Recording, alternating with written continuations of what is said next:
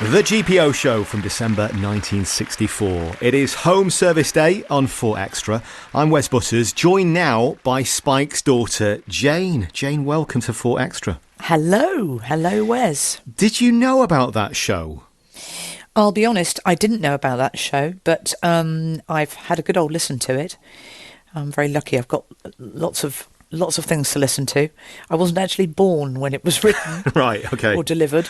You see, I think it was a one-off. I don't think that was part of a series. From what I can tell, it was just a one-off show. No, it was obviously sort of a later arrival, and it does sound like old mates getting together and having a really good laugh, doesn't it? Well, that's it. Fascinating to hear Barry Humphries, who would have been, well, I make him 30 when they did that. They had become friends by this point. They certainly had, yeah. I think, I don't know whether they connected in Australia or England.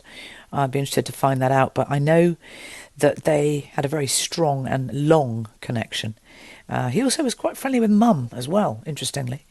Barry, yeah. So when I met Barry, he said, "Oh, my God, you look like your mother."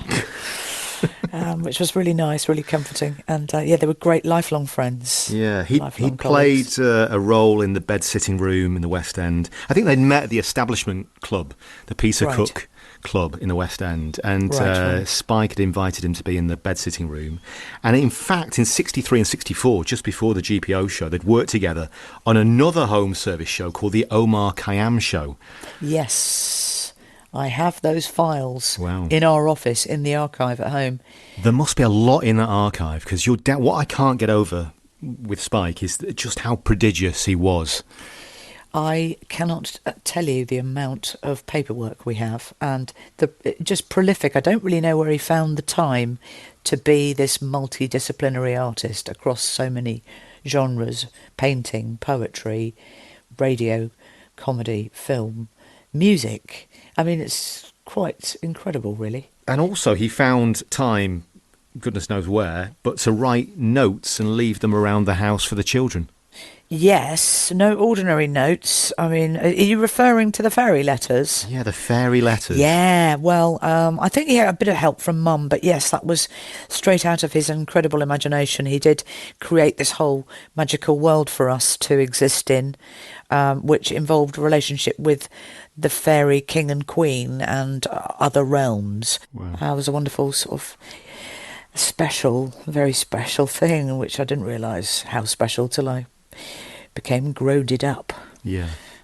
He always strikes me too as a very loving father. Yes, he was a very loving, thoughtful, compassionate man, and a wonderful dad. I wouldn't have swapped him for anything. And a deep thinking man as well. Whenever I've seen him interviewed, he's a deep thinker. Did you have any profound moments that you remember with your dad? Yes, many. I mean, too many, really. I think he was pretty profound a lot of the time. It was never really mundane around our gaff. It was always interesting.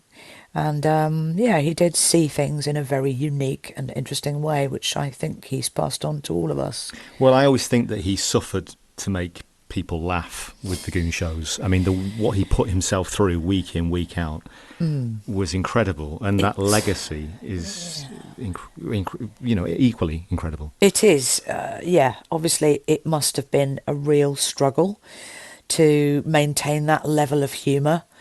I think it probably fed itself, though, and the deadline is always a great inspiration for getting things done, isn't it? And it's quite sad, though, the tale, when you look at it.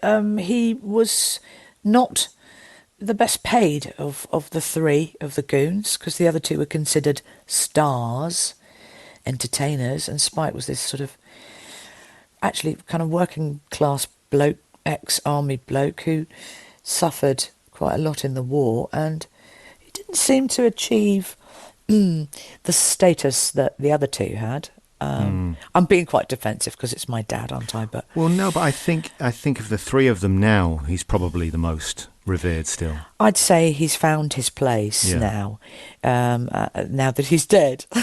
Famously, the King is a fan of the Goons and a fan of Spike, and they knew each other. Does the King still listen, I wonder, to the Goons? Have you ever heard about how deep his love goes for It goes Spike? very deep, I believe, I think Spike was a break from the pressure that job comes with.